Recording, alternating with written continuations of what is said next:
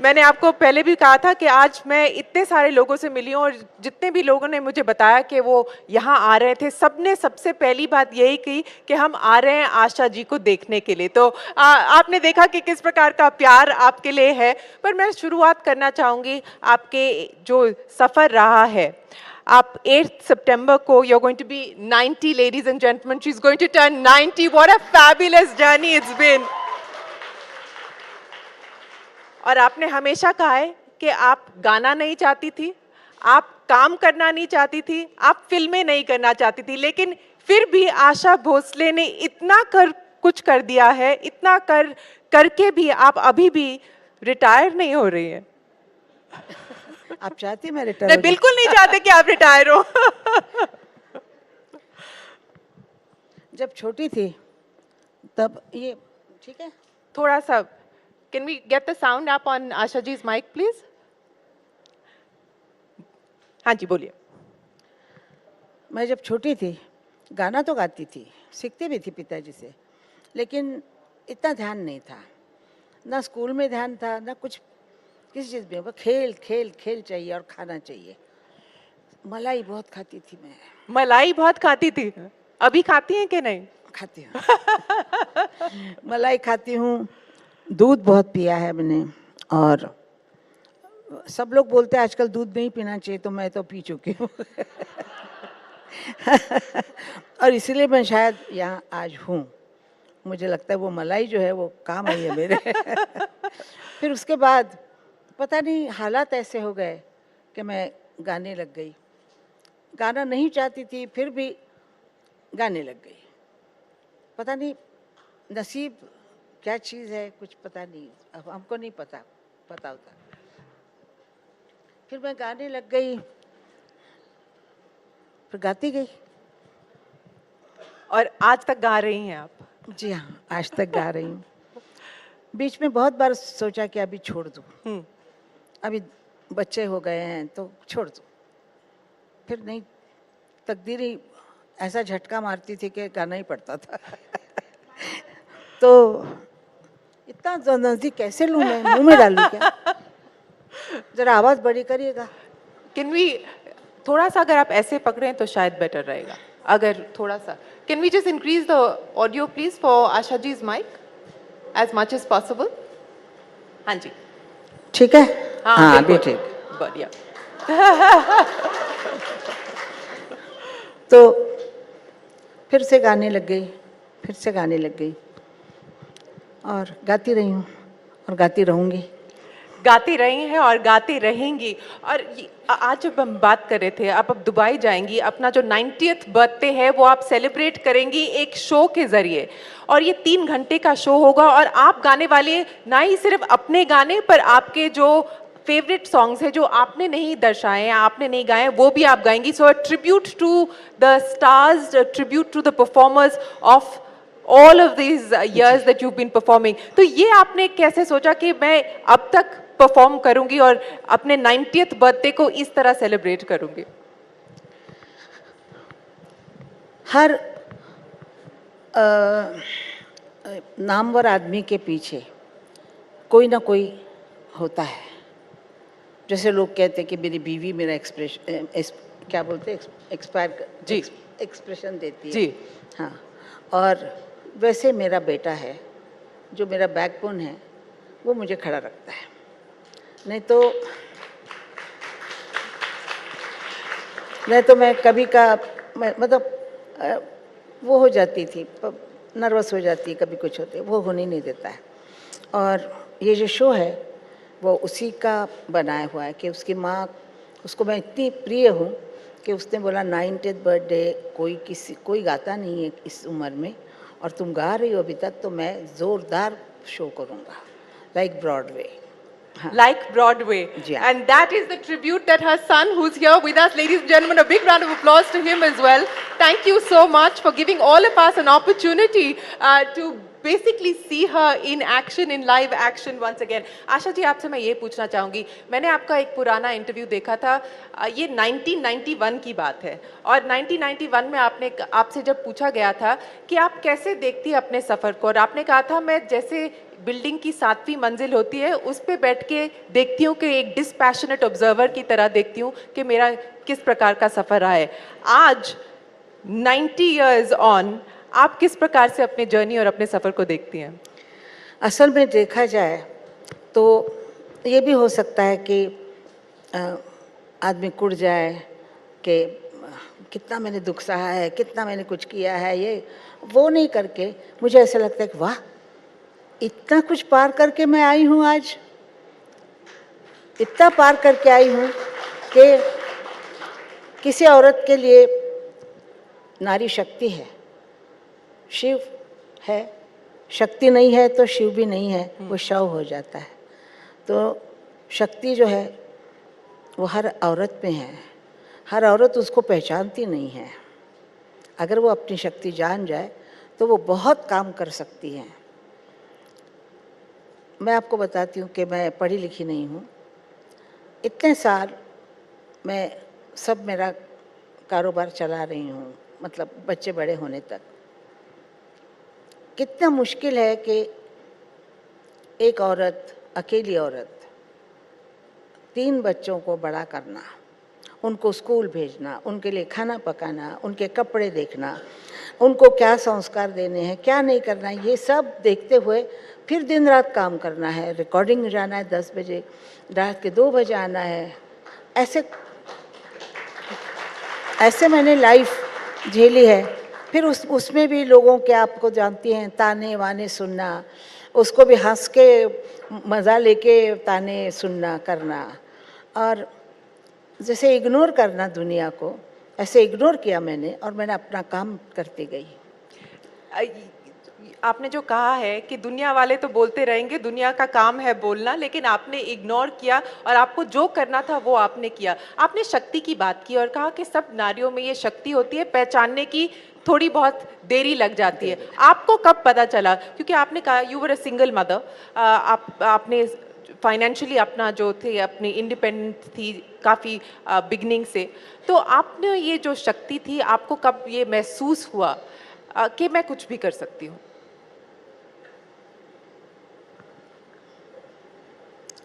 काफ़ी लेट हुआ, मतलब 19-20 साल में ये मुझे लगा कि मैं, जब मुझे मतलब अलग हो गई, हो कर दिया, फिर उसके बाद मैं अकेली खड़ी थी सड़क पे और मैं सोच रही थी मैं अब कहाँ जाऊँ, कहाँ जाऊँ, क्या करूँ।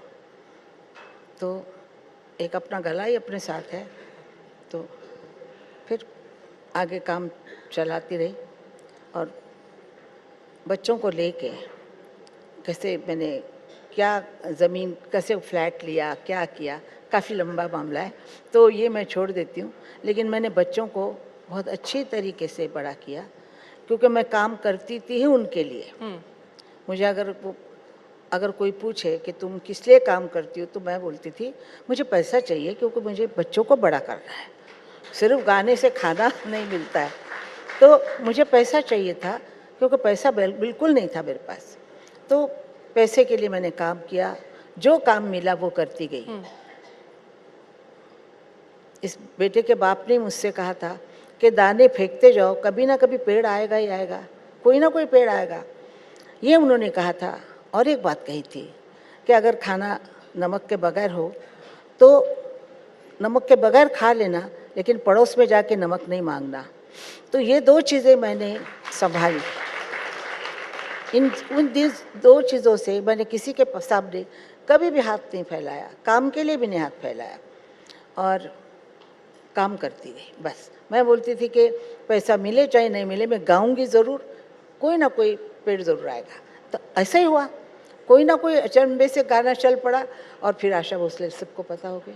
बिल्कुल। और आशा जी, मैं आपसे ये जानना चाहूँगी कि जब हमने आपकी अभी फ़िल्म देखी और इतने सारे जो फ़िल्म स्टार्स हैं जिनकी आप आवाज़ बनी है, मधुबाला से लेके माधुरी दीक्षित तक, उर्मिला मातोंडकर से लेके ज़ीनत अमान तक, और इतना बड़ा आपने जो सफ़र तय किया है, लेकिन आपकी एक जो डिस्टिंक्ट क्वालिटी रही है, और काफ़ी कंपैरिजन्स भी होते रहे होंगे आपके और लता जी के बीच में, लेकिन आपने एक कॉन्शियस डिसीजन किया था कि वो उनका स्टाइल है, आपका स्टाइल अपना होना चाहिए। तो ये आपने कैसे अपने जहन में ये तय किया था और उस स्टाइल को आप फिर कैसे होन करती गई, क्योंकि इतने सारे किरदारों के लिए आपने आवाज़ दी है, इतनी सारी महिलाओं के लिए आपने आवाज़ दी है, तो वो प्रोसेस कैसा होता है कि अब मैं जीना तमान के लिए कैसे गाऊं, माधुरी दीक्षित के लिए कैसा गाऊं, मधुबाला के लिए कैसे गाऊं?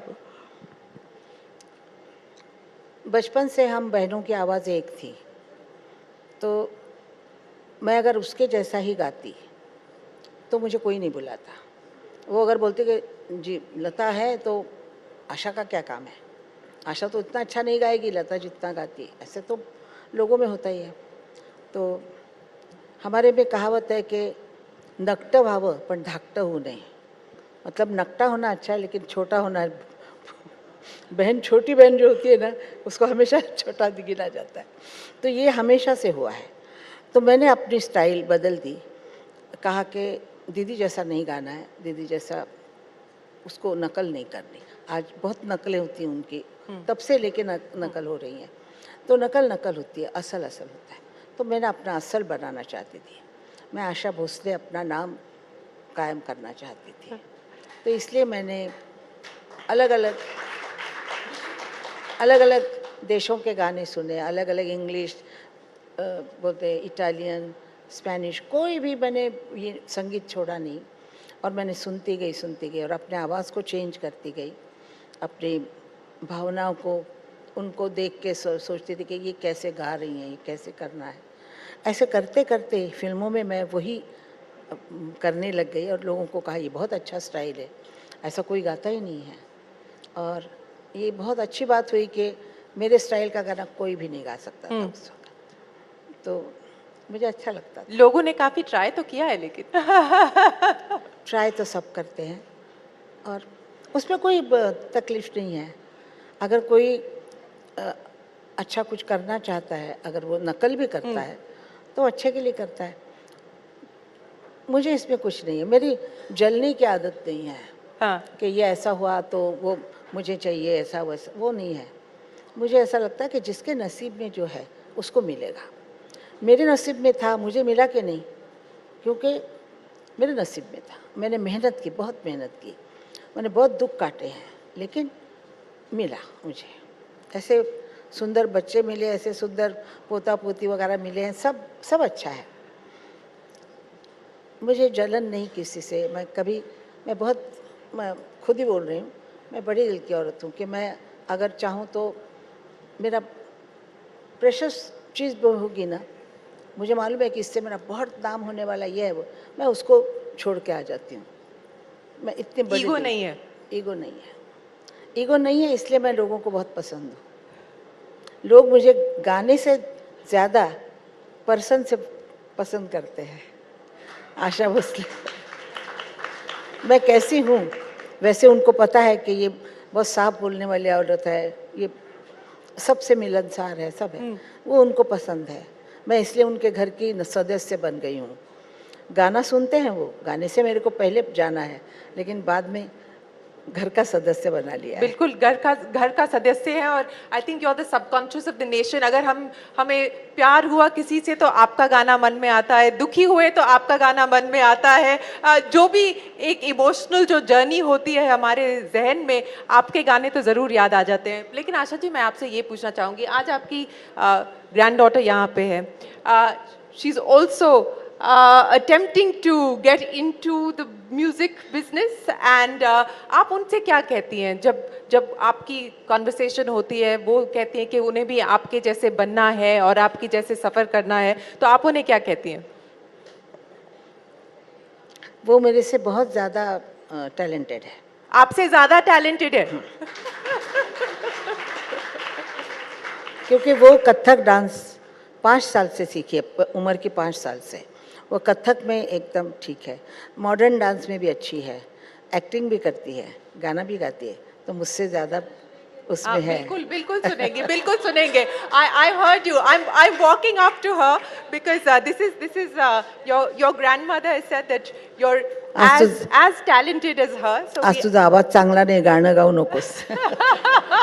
She's already giving you instructions on stage, is it? A tribute to your grandmother.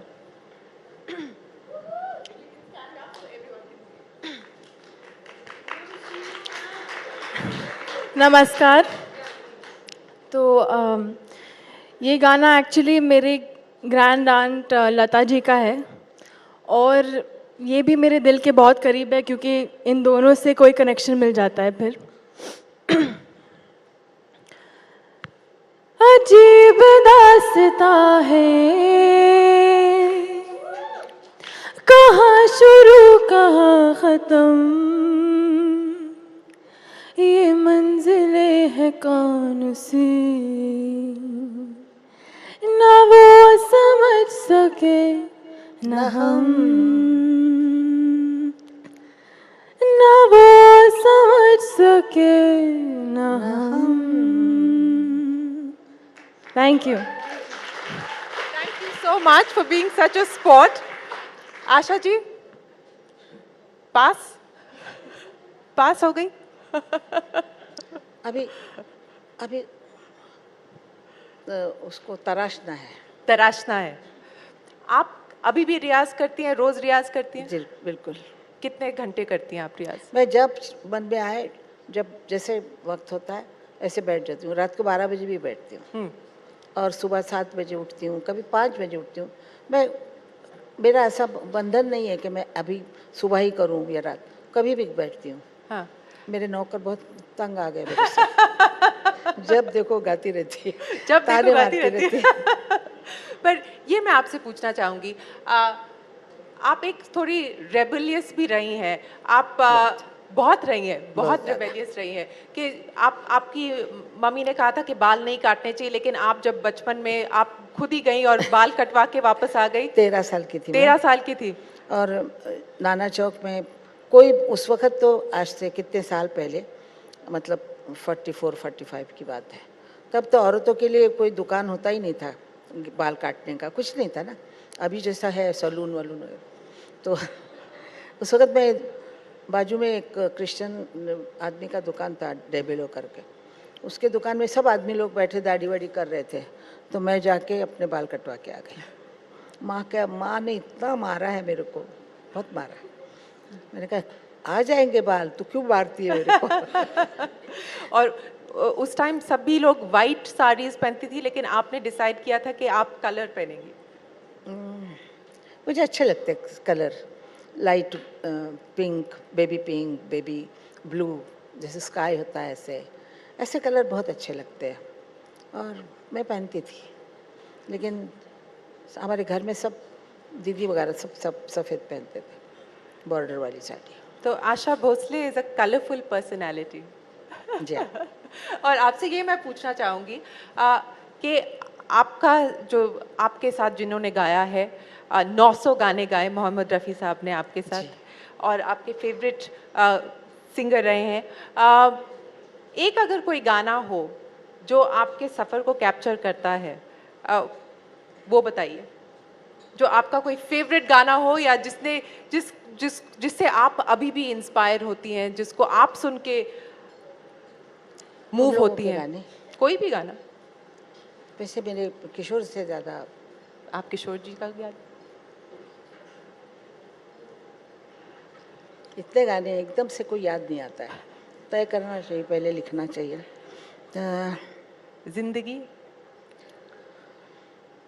जिंदगी के सफ़र में गुजर जाते हैं जो मकाम, वो फिर नहीं आते, वो फिर नहीं आते।